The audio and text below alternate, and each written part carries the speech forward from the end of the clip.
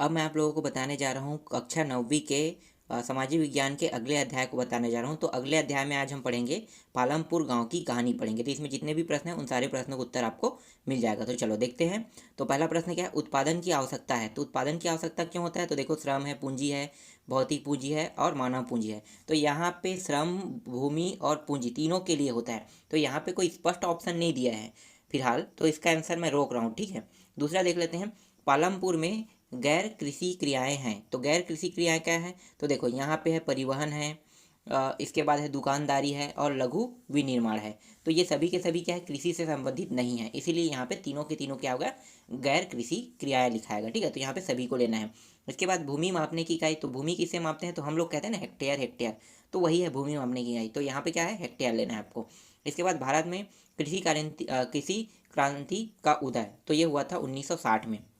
ठीक है, बुक के हिसाब से तो 1960 है, लेकिन रियल में 1900 यही 63 के आसपास हुआ था। ठीक है, चलो आगे देखते हैं। सत्य असत्य का चयन कीजिए। तो पहला प्रश्न क्या है, स्थायी पूंजी के उदाहरण है औजार, मशीन, भवन। ठीक है, तो ये औजार, मशीन, भवन ये सत्य है। इसके बाद खेती पालमपुर की मुख्य क्रियाएं हैं, ये भी सत्य है। इसके बाद है पालमपुर के निकट कस्बे का नाम शाहपुर था, तो ये भी सत्य है। पालमपुर गांव में एक हाई स्कूल है, ये भी सत्य है। इसके बाद खाली स्थान देख लेते हैं। पहला प्रश्न क्या है, जो अपने परिवार के साथ खेती का काम करते हैं उसे हम क्या कहते हैं, तो उसे हम छोटे किसान कहते हैं। ठीक है, पूरा परिवार के साथ अगर खेती करता है तो सिर्फ छोटे किसान करते हैं, बड़े किसान जो है मजदूर के माध्यम से काम करवाते हैं। तो यहाँ पे आपको लेना है छोटे किसान लेना है। इसके बाद है पालमपुर गाँव का मुख्य व्यवसाय खाली स्थान है, तो कृषि है, यहाँ पे कृषि लेना है। पालमपुर गांव में बरसात में खाली स्थान उगाते हैं, तो ज्वार बाजरा उगाते हैं, तो यहाँ पे आपको क्या लेना है, ज्वार बाजरा लेना है। फिर करीम ने खालिस्तान केंद्र खोला, तो कंप्यूटर केंद्र खोला, तो यहाँ पे क्या लेना है आपको, कंप्यूटर लेना है। इसके बाद पहला प्रश्न देखो, पालमपुर गांव में कृषि कार्य क्या था। तो कृषि कार्य क्या था, तो देखो यहाँ पे इसका आंसर, यहाँ पे पालमपुर के लोगों का मुख्य जो पेशा है वो कृषि उत्पादन है। यहाँ काम करने वाले लोग 75% लोग अपने जीवन यापन के लिए खेती पर निर्भर हैं। ये किसान या कृषि श्रमिक हो सकते हैं, परंतु कृषि करने में उपयोग होने वाली ज़मीन निश्चित होती है। पालमपुर में 1960 के बाद से आज तक ज़मीन के क्षेत्र में कोई बदलाव नहीं हुआ है। उस समय गांव की बंजर ज़मीन की खेती योग्य करने में परिवर्तन कर दिया था तथा नई ज़मीन को खेती करने योग्य बनाकर उत्पादन को बढ़ाने की कोई गुंजाइश नहीं है। ठीक है, और बाकी यहाँ पे नीचे में और लगा है, तो इसका आंसर आप लोग देख लेना। ठीक है, पूरा आंसर आपको याद करने हैं। इसके बाद अगला प्रश्न देखो, अगला प्रश्न क्या है, उत्पादन के लिए क्या आवश्यक है। तो उत्पादन के लिए क्या आवश्यक है, देखो उत्पादन के लिए चार मूल्य, चार तो नहीं लिखना है आपको, तीन ही लिखना है। ठीक है, यहाँ पे गलती से चार हो गया है टाइपिंग में। चलो इसके बाद देखो, यहाँ पे पहला क्या है, भूमि तथा अन्य प्राकृतिक संसाधन जैसे जल, वन, खनिज की आवश्यकता होती है। दूसरी जो श्रम की आवश्यकता होती है, और तीसरी जो है भौतिक पूंजी अर्थात उत्पादन के प्रत्येक स्तर पर आई लागत होती है। ठीक है, तो यहाँ पे इसको आंसर में लेना है।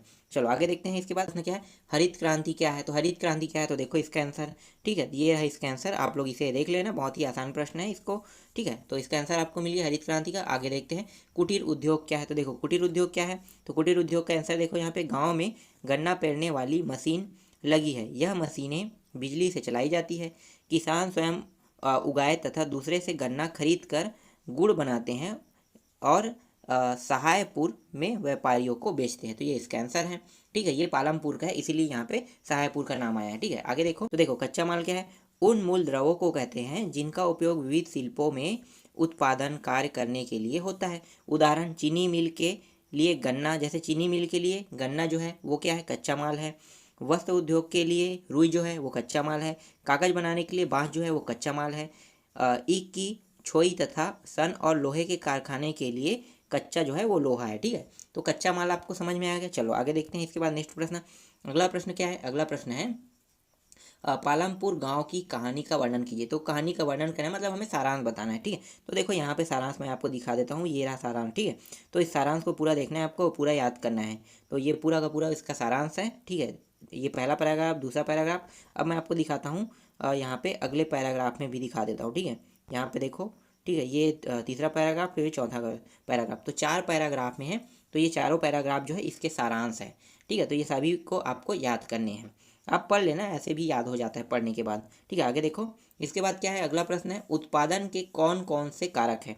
तो उत्पादन के कारक 4 है, भूमि है, श्रम है, पूंजी है, उद्यम है। तो यहाँ पे देखो, यहाँ से यहाँ तक पूरा आंसर लिखा हुआ है, पूरा आंसर को आपको पढ़ना है, ठीक है। तो 4 कारक है, भूमि, श्रम, पूंजी और उद्यम। यहाँ पे मैंने चारों के बारे में नहीं लिखा है, अगर आप लिखना चाहते हो तो इन चारों के बारे में देख लेना, भूमि क्या है, श्रम क्या है, पूंजी क्या है, उद्यम क्या है, ठीक है। तो इसके बारे में आप लोग देख लेना, ठीक है, बुक में मिल जाएगा।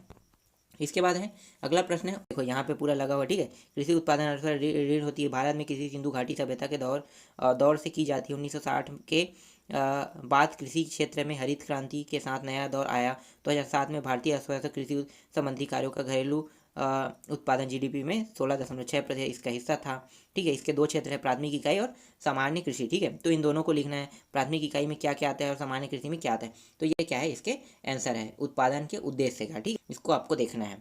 चलो आगे देखते हैं। इसके बाद अगला प्रश्न देख लेते हैं। तो अगला प्रश्न देखो यहाँ पे क्या है, खेती के लिए आधुनिक व पारंपरिक तरीके में क्या अंतर है, समझाइए। तो क्या अंतर है, तो देखो ये रहा इसका आंसर, ठीक है। तो इस आंसर को आपको लिखना है। तो इस तरह से इस अध्याय में जितने भी प्रश्न थे सारे प्रश्नों के उत्तर मैंने यहाँ पे कंप्लीट करा दिया, ठीक है। तो आपको सभी आंसर मिल गया। चलो इसके बाद हम लोग देखेंगे अगले अध्याय को।